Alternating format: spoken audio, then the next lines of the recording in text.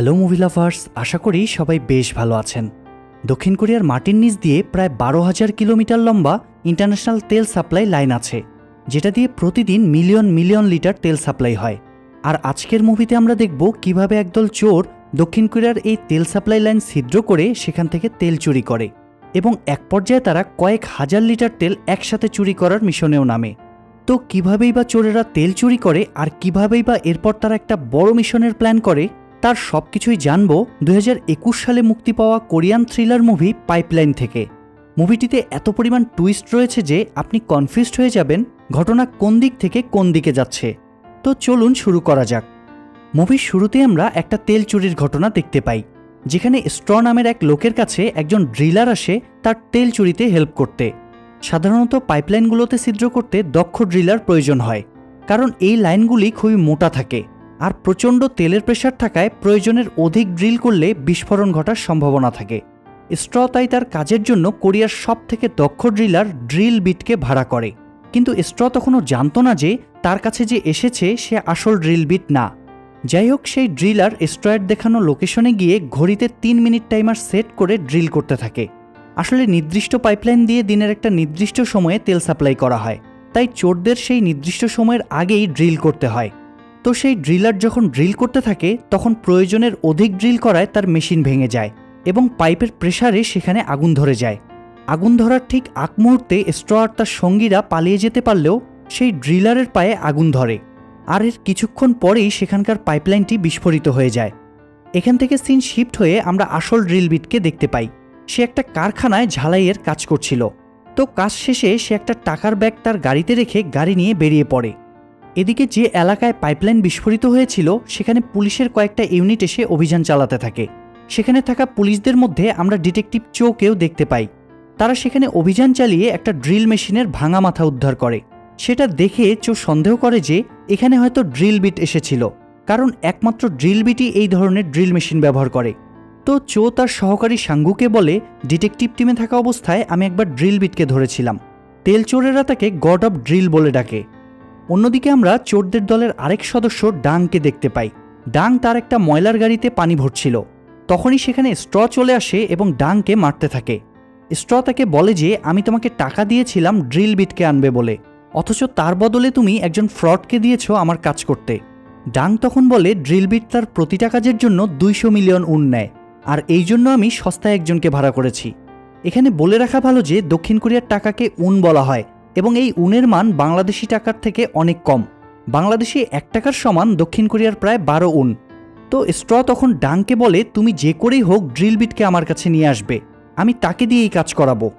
এদিকে drill bit যখন ডাংয়ের গ্যারেজে আসে সে তখন দেখে যে ডাং মার খেয়ে একটা ট্রাকের নিচে লুকিয়ে আছে। ড্রিল বিটকে দেখে ডাং তার কাছে স্ট্রয়ের প্রস্তাবের কথা বলে। তখনই তারা খেয়াল করে যে সেই গ্যারেজের বাইরে অফিসার চো আর সাঙ্গু দাঁড়িয়ে আছে।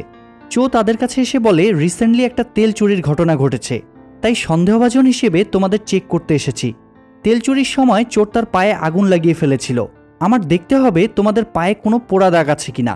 তো চো যখন ড্রিল বিট আর ডাংকে চেক করে তাদের পায়ে কোনো পোড়া দাগ পায় না তখন সে একটু হতাশ হয়। কিন্তু তখনই সাঙ্গু তাকে এসে বলে গ্যারেজে একটা ময়লার গাড়ি পাওয়া গিয়েছে, আমার সেটা নিয়ে একটু সন্দেহ হচ্ছে, হয়তো এর মধ্যে তেল থাকতে পারে।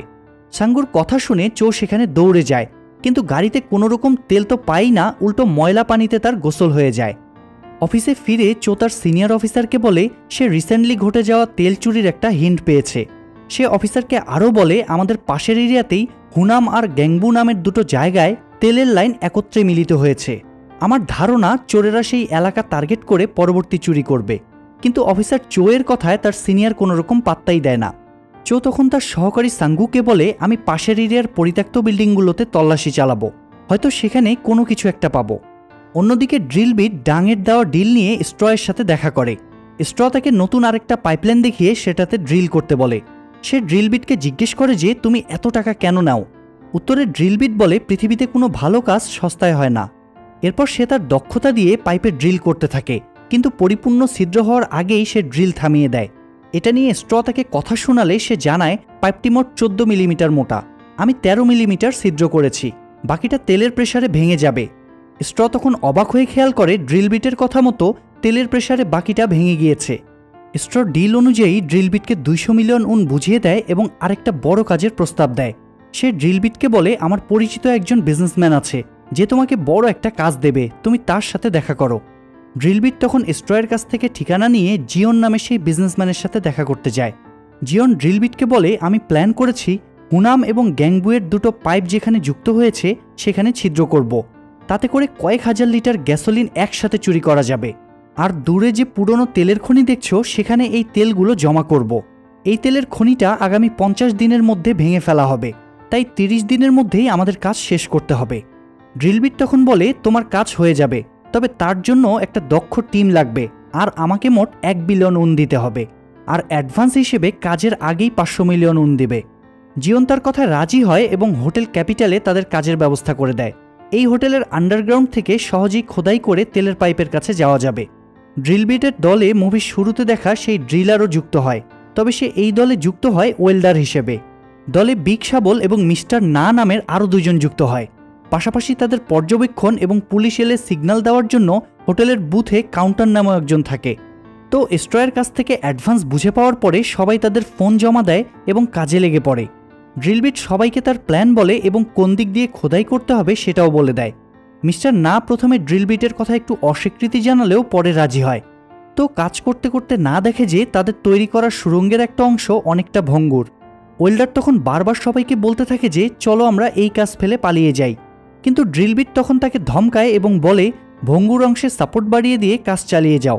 ওয়েল্ডার তবু মানতে চায় না এবং সবার সাথে ঝগড়া শুরু করে, এমনকি শাবল আর ড্রিলবিটকে মারতে গিয়ে সে নিজেই আহত হয়। ড্রিলবিট তখন খেয়াল করে ওয়েল্ডারের পায়ে একটা পোড়া দাগ আছে। সে তখন বুঝে যায় তার মানে ওয়েল্ডারই তার নাম নিয়ে কয়েকদিন আগে পাইপ ড্রিল করতে গিয়েছিল। সে তাই ওয়েল্ডারকে ওয়ার্নিং দিয়ে সেখান থেকে চলে যায়। এদিকে জিওনকে দেখা যায় সে তার বাসার ছাদে শুটিং প্র্যাকটিস করছে। তখন তার ম্যানেজার তাকে জানায়, আমরা একটা কোম্পানি থেকে 200 বিলিয়ন উন লোন পেয়েছি, যার মধ্যে 50 বিলিয়ন উন আমাদের কোম্পানির নামে। এটা শুনে জিওন বলে, সব টাকা দিয়ে তেল কিনে স্টক করে রাখো, পরবর্তীতে কি ঘটবে সেটা আমি দেখব। অন্যদিকে চো পুরাতন বিল্ডিংয়ে খোঁজ করতে করতে একটা টানেল পেয়ে যায় যেটাতে তেলের পাইপও আছে। সেটা দেখে চো বুঝে যায় চোরেরা আরও চুরি করার প্ল্যান করছে। যাই হোক, হোটেলের গ্রাউন্ড ফ্লোরে ড্রিলবিটের দল কাজ করার সময় দেখে তাদের পথে একটা বড় পাথর পড়েছে। তখন সে দলের সবাইকে বলে বড় ড্রিল দিয়ে পাথর কাটতে, কিন্তু এতে প্রচণ্ড শব্দের সৃষ্টি হলে ড্রিলবিট ওয়েল্ডারকে ঘুম থেকে তোলে এবং তাকে সাউন্ড বক্সে গান গাইতে বলে। তীব্র শব্দ শুনে সেখানে পুলিশ অফিসার সাঙ্গু চলে আসে পর্যবেক্ষণ করতে। পুলিশ দেখে কাউন্টার অ্যালার্ম বাজিয়ে সবাইকে সতর্ক করে, কিন্তু বড় ড্রিল চলতে থাকায় কেউ অ্যালার্মের শব্দ শুনতে পায় না। ততক্ষণে সাঙ্গুও গ্রাউন্ড ফ্লোরে পৌঁছে গিয়েছে। সে সেখানে গিয়ে দেখে ওয়েল্ডার সাউন্ড বক্সে গান গাইছে। সাঙ্গু এখানে ওয়েল্ডারকে থামিয়ে দিলে ড্রিল মেশিনের তীব্র শব্দ শুনতে পায়। এদিকে কাউন্টার সবাইকে বারবার সিগন্যাল দিচ্ছিল। তো এক পর্যায়ে ড্রিলবিট সিগন্যাল শুনতে পায় এবং সাঙ্গু সেখানে পৌঁছানোর আগেই সব ঢেকে নতুন জায়গায় ড্রিল করতে থাকে। সাঙ্গু তাদের এত রাতে ড্রিল করতে না করে সেখান থেকে চলে যায়। সে চলে যাওয়ার পরে কাউন্টারও নিচে আসে এবং অ্যালার্মের লাইন ঠিক করতে থাকে, কিন্তু সেই মুহূর্তে ড্রিলবিট না আর ওয়েল্ডার মিলে বড় একটা আলমারি মাটিতে রাখলে পুরো বিল্ডিং কেঁপে ওঠে, যার ফলে সুড়ঙ্গের মধ্যে সেই নরম জায়গার মাটি ধসে কাউন্টার এবং শাবল অপর পারে আটকা পড়ে। না তখন অনেক কষ্টে গর্ত খুঁড়ে তাদের উদ্ধার করে। সেদিন রাতে ড্রিলবিট অ্যালার্ম শুনে ঘুম থেকে উঠে যায় এবং বারান্দায় গিয়ে দেখে ওয়েল্ডার সেখান থেকে পালানোর চেষ্টা করছে। সে তখন ওয়েল্ডারকে ধরে মারতে থাকে। তো বাকিরা ঘুম থেকে উঠে ড্রিলবিটকে থামানোর চেষ্টা করলে সে বাকিদের বলে, যদি কেউ একজন এই মিশন ছেড়ে পালিয়ে যায় তাহলে পুরো মিশন ক্যান্সেল হয়ে যাবে, আর মিশন ক্যান্সেল হয়ে গেলে আমরা যা অ্যাডভান্স নিয়েছি তার দ্বিগুণ ফেরত দিতে হবে। ওয়েল্ডার তখন নিজের জীবন বাঁচাতে মিথ্যা বলে। সে বলে যে আজকে সুড়ঙ্গে যে ধস হয়েছিল সেটা দেখে আমি ভয় পেয়েছি, আমার 4 বছরের একটা বাচ্চা আছে, আমি মারা গেলে সেও মারা যাবে। তবে ড্রিলবিট তার কথায় বিশ্বাস করে না। এদিকে ড্রিলবিটের একটু সন্দেহ হয় যে কাউন্টার কিভাবে জানলো ওয়েল্ডার পালিয়ে যাচ্ছে।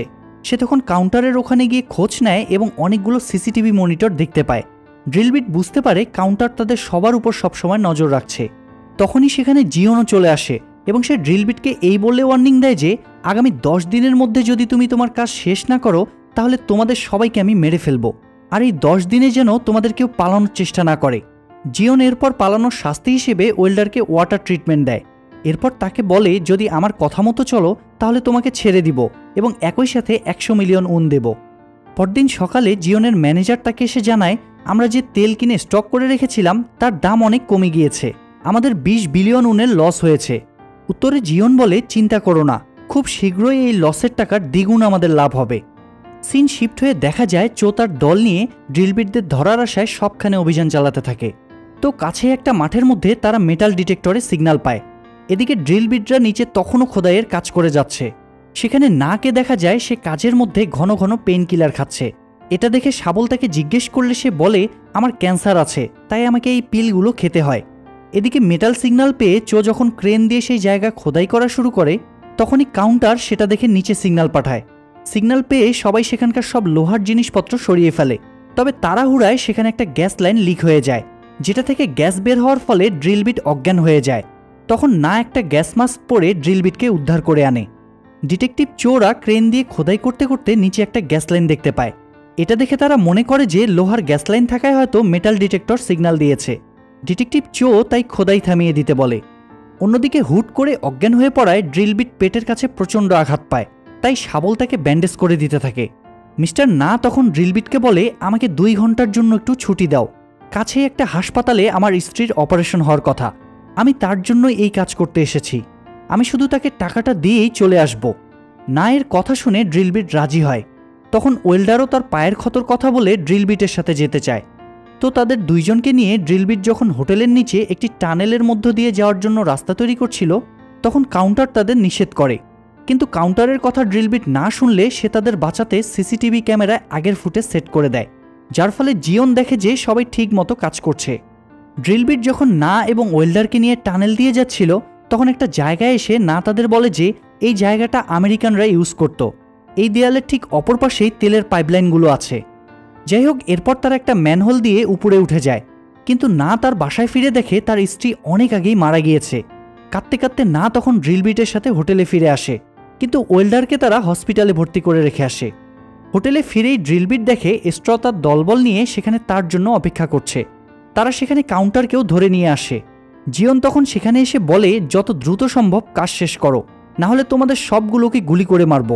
সে কাউন্টারকেও সেই সুড়ঙ্গে ড্রিলবিটদের সাথে কাজ করতে বলে, আর স্ট্রকে বলে তাদের পর্যবেক্ষণ করতে।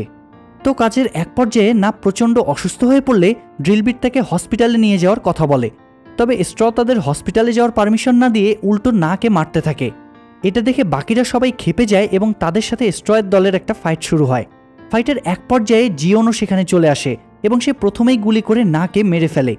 এটা দেখে শাবল আর ড্রিলবিট ক্ষেপে গেলে জিওন শাবলের হাতে এবং ড্রিলবিটের বুকে গুলি করে সেখান থেকে চলে যায়। এতে শাবল একটু আহত হয় আর বুকের কাছে ঘড়ি থাকায় ড্রিলবিট সে যাত্রায় বেঁচে যায়। তো জিওন চলে যাওয়ার পরে ড্রিলবিট শাবল আর কাউন্টারকে নিয়ে সেখান থেকে পালিয়ে তার বন্ধু ডাংয়ের সাথে দেখা করে। অন্যদিকে চো এবং সাঙ্গু সেই এলাকার এক মহিলার কমপ্লেইন পেয়ে সেখানে গিয়ে দেখে যে তার ক্ষেতে কে যেন মাটি আর সিমেন্ট ফেলে গিয়েছে। সিমেন্ট দেখে সাঙ্গু চিনতে পারে যে এটা হোটেল ক্যাপিটালের ফ্লোরের সিমেন্ট।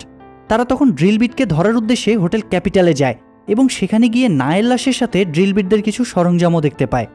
এদিকে ড্রিলবিট যখন ডাংয়ের সাথে দেখা করে, তখন জিওন ডাংয়ের ফোনে কল দিয়ে ড্রিলবিটকে বলে, আরেকবার তোমাকে সুযোগ দিচ্ছি, এসে তোমাদের কাজ শেষ করে যাও, তুমি তোমার পুরো বিলটাই পাবে, আর যদি তুমি কাজ না করো তাহলে আমি সবাইকে মেরে ফেলবো। সিন শিফট হয়ে দেখা যায় ওয়েল্ডার হসপিটাল থেকে কফি নিয়ে যখন নিজের কেবিনের দিকে যাচ্ছিল, তখন সে সেখানে স্ট্রয়ের লোকদের দেখতে পায়। তারা ওয়েল্ডারকে তাড়া করলে সে হুইল চেয়ারে করেই পালাতে থাকে। তখন ড্রিলবিট সেখানে চলে আসে এবং ওয়েল্ডারকে সেখান থেকে বাঁচিয়ে গাড়িতে করে নিয়ে যায়। এদিকে ড্রিলবিটের দেওয়া তথ্য অনুসরণ করে ডাং, শাবল আর কাউন্টার মিলে তেলের পাইপলাইনের লোকেশন খুঁজে বের করে। এরপর তারা পাশের একটা টানেলের উপর বড় একটা শিপিং কন্টেনার বসিয়ে তাদের কাজের জায়গা তৈরি করে সবাই মিলে খোদাইয়ের কাজে লেগে পড়ে। আর ড্রিলবিট এবং কাউন্টার মিলে সেদিন রাতে জিওনের সাথে দেখা করে তাকে জানায়, আমি তোমার কাজ করে দিব এবং সময় মতো তুমি সব তেল পাবে, কিন্তু এর বিনিময়ে আমাকে 5 বিলিয়ন উন দিতে হবে। যদি রাজি থাকো তাহলে কাজ করব, আর না হলে তুমি আরেকজনকে খুঁজে নাও। তো ড্রিলবিটরা যখন পাইপলাইন খুঁজে পায় এবং সব কিছু সেট আপ করতে থাকে, কাউন্টার তখন পুরো আন্ডারগ্রাউন্ডের সব জায়গায় সিসিটিভি ক্যামেরা লাগিয়ে দিয়ে আসে। তখনই জিওন ড্রিলবিটকে কল দিয়ে বলে তার প্রস্তাবে সে রাজি, যত দ্রুত সম্ভব সে যেন কাজ শেষ করে। জিওনের কল পেয়ে তারা খুব খুশি হয়। তখন ওয়েল্ডার ড্রিলবিটকে বলে, আমার একটু বাইরে কাজে যেতে হবে। এটা বলে সে পারমিশন নিয়ে বাইরে গিয়ে স্ট্রয়ের সাথে দেখা করে। আসলে ওয়েল্ডার মূলত জিওনের কথা মতো কাজ করছিল, তবে ড্রিলবিট যেহেতু ওয়েল্ডারকে সন্দেহ করছিল তাই সেও ওয়েল্ডারের পিছে পিছে যায়। সে দেখে যে পুলিশও সেখানে স্ট্রকে খুঁজতে আসছে। ড্রিলবিট বুঝে যায় যে যদি পুলিশ স্ট্রকে ধরে ফেলে তাহলে সে তো তাদের মিশনের কথা বলে দিবে। তাই সে নিজেই পুলিশের দৃষ্টি আকর্ষণ করে এবং তাদের সেখান থেকে ভাগিয়ে নিয়ে যায়। কিন্তু পালাতে গিয়ে এক পর্যায়ে সে পড়ে গিয়ে বুকে আঘাত পায়। আর এই সুযোগে ওয়েল্ডার পাইপলাইনের কাছে ফিরে একটা গোপন ক্যামেরা সেখানে সেট করে দেয়, যেন জিওন তাদের দেখতে পারে। এর একটু পরেই ড্রিলবিট পাইপলাইনের কাছে ফিরে এবং কাজ শুরু করতে বলে। কাউন্টারটাকে বলে, আমাদের হাতে 3 মিনিট সময় আছে, তবে আমি যদি সিস্টেম হ্যাক করে পাইপলাইন পুলিশের কাছে মিথ্যা সিগন্যাল পাঠাই তাহলে তারা আরও 2 মিনিট দেরি করবে। এতে করে আমরা প্রথম পাইপলাইন ড্রিল করার জন্য 5 মিনিট সময় পাবো, আর অন্যটার জন্য 3 মিনিট হলেই হবে, এবং দুটো পাইপ ড্রিল করে একসাথে করে পরিত্যক্ত সেই তেলের খনির ট্যাঙ্কে পাঠাতে হবে। তো প্ল্যান মোতাবেক তারা কাজ শুরু করে দেয়, কিন্তু প্রথমটা ড্রিল করা শেষ হতেই ড্রিলবিট বুকের ব্যথায় কষ্ট পেতে থাকে এবং মাটিতে পড়ে যায়। তখন ওয়েল্ডার বাকি পাইপটা ড্রিল করে দুইটা একসাথে কানেক্ট করে, এরপর সেই তেলের খনির ট্যাঙ্কের সাথে কানেক্ট করে দেয়। এদিকে চো ড্রিলবিটকে খুঁজতে খুঁজতে সেই টানেল পর্যন্ত চলে আসে, তাই তাকে ডিস্ট্রাক্ট করতে শাবল এবং ডাং আলাদা একটা জায়গায় ড্রিল করতে থাকে এবং পুলিশ এলে তাদের দৃষ্টি আকর্ষণ করে পালাতে থাকে। চো তাদের ধরতে আবার টানেল থেকে উপরে উঠে যায়। তেলের খবর পেয়ে জিওন তখন তার পরিচিত সকল তেল চোরকে একসাথে আসতে বলে এবং তাদের বলে যে সাধারণ দামের তুলনায় 20% কমে তারা তেল পাবে, তাই তারা যেন টাকা অ্যাডভান্স করে দেয়।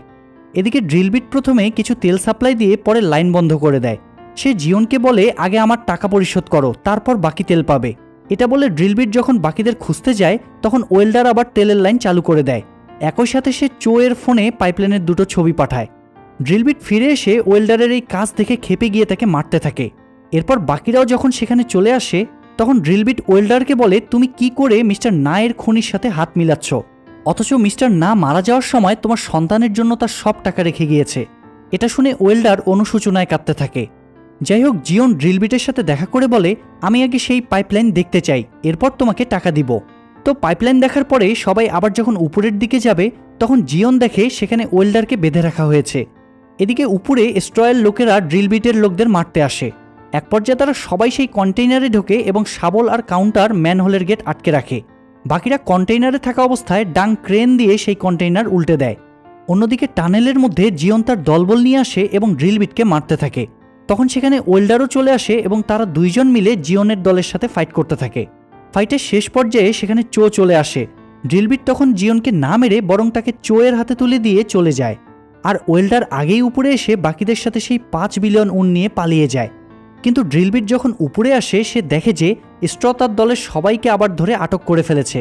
তো স্ট্রয়ের দল তখন ড্রিলবিটকেও ধরে ফেলে এবং তাদের বেঁধে সেই পাইপলাইনের কাছে নিয়ে যায়। আসলে চো যখন একা জিওনকে ধরতে গিয়েছিল তখন পিছন থেকে জিওনের দলের একজন শক স্টিক দিয়ে চোকে অজ্ঞান করে ফেলেছিল। যাই হোক, পাইপলাইনের কাছে বেঁধে জিওন তাদের সবাইকে তার মাস্টার প্ল্যানের কথা বলে। সে বলে যে আমি এই তেল দিয়ে ট্যাঙ্ক পূর্ণ করার পর ট্যাঙ্ক সহ পুরো পাইপলাইনের চেন ধ্বংস করে দেব। এতে করে তেলের সংকট তৈরি হবে, যার ফলে আমার কাছে থাকা রিজার্ভ তেলের দাম অনেক বেড়ে যাবে। সে তখন বাকি সবাইকে সেখানে বেঁধে ফেলে তেলের ট্যাঙ্ক ভরে। এরপর সেখানে কয়েকটা বোমা সেট করে সেখান থেকে চলে যায়। জিওন চলে যাওয়ার পরে ড্রিলবিট সবার হেল্প নিয়ে সেখানে থাকা একটা ব্লো টর্চের সাহায্যে তার হাতের বাঁধন পুড়িয়ে ফেলে। এরপর সে বাকি সবাইকে মুক্ত করে দিয়ে বোমাগুলো নিয়ে দূরে ছুঁড়ে মারে, তবে বোমা ফাটার আগেই সে সামনে থাকা পানিতে ঝাঁপ দেয়। এরপর সে বাকিদের সাথে উপরে চলে আসে।